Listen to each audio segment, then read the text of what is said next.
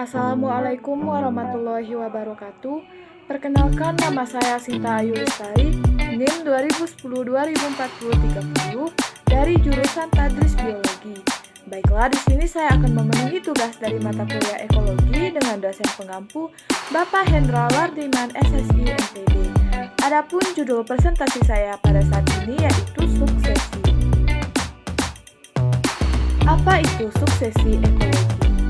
Suksesi ekologi merupakan perubahan bertahap dan dapat diprediksi dalam komposisi spesies di suatu area tertentu atau serangkaian perubahan yang terjadi di wilayah geografis selama periode waktu tertentu.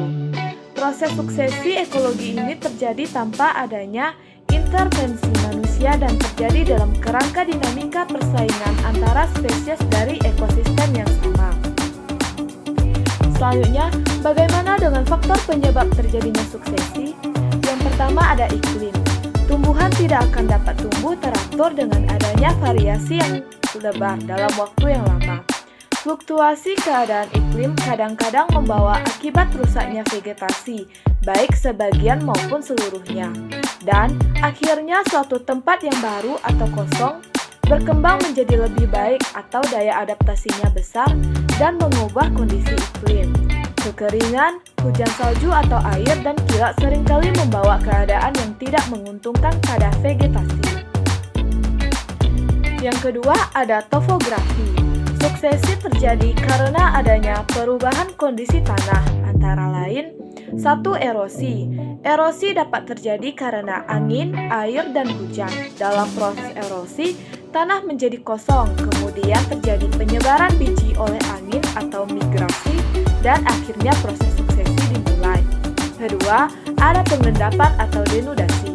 Erosi yang melarutkan lapisan tanah di suatu tempat tanah diendapkan sehingga menutupi vegetasi yang ada dan merusakkannya. Kerusakan vegetasi menyebabkan suksesi berulang kembali di tempat tersebut.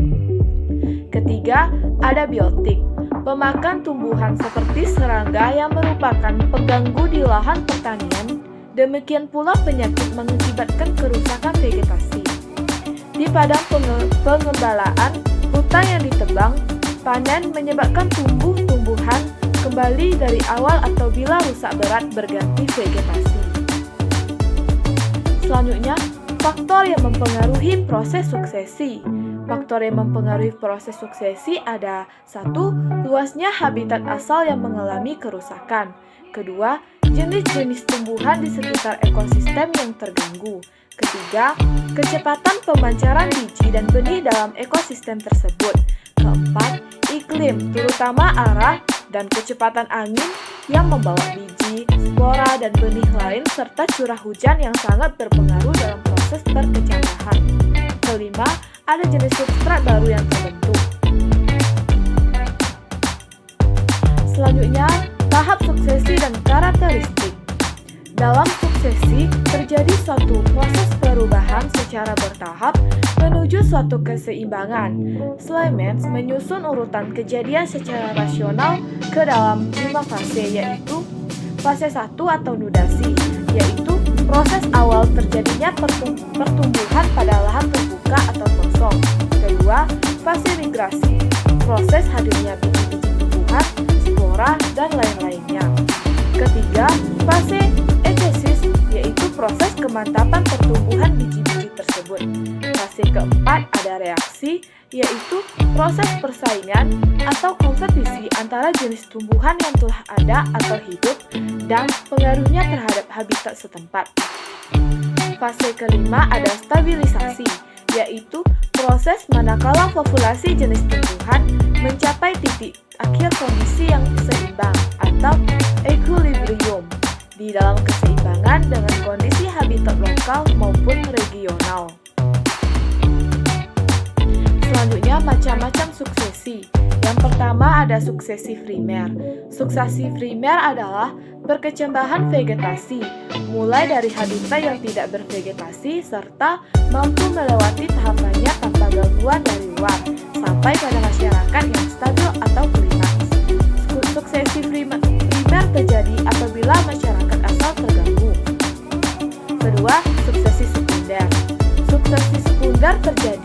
Apabila suatu suksesi normal atau ekosistem alami terganggu atau dirusak, kebakaran, perladangan, penebangan secara selektif, pengembalaan dan banjir adalah contoh kegiatan manusia yang menimbulkan gangguan tersebut. Selanjutnya, proses terjadinya suksesi. 1. Perkembangan sifat substrat atau tanah yang progresif. Misalnya, terjadinya pertambahan kandungan bahan organik sejalan dengan perkembangan komunitas yang semakin kompleks dan komposisi jenis yang lebih beraneka ragam daripada sebelumnya. Kedua, semakin kompleksnya struktur komunitas, peningkatan kepadatan dan tingginya tumbuhan, sehingga dalam komunitas terbentuk stratifikasi. Ketiga, peningkatan produktivitas sejalan dengan perkembangan komunitas dan perkembangan tanah. Keempat, peningkatan jumlah jenis sampai pada tahap tertentu dari suksesi. Kelima, peningkatan pemanfaatan sumber daya lingkungan sesuai dengan peningkatan jumlah jenis. Keenam, perubahan iklim mikro sesuai dengan perubahan komposisi jenis bentuk hidup atau life form, tumbuhan dan struktur komunitas. Ketujuh, komunitas berkembang menjadi lebih kompleks. Sekian presentasi singkat dari saya. Jika terdapat kesalahan, saya mohon maaf. Saya akhiri dengan wabillahi taufiq wal hidayah. Wassalamualaikum warahmatullahi wabarakatuh.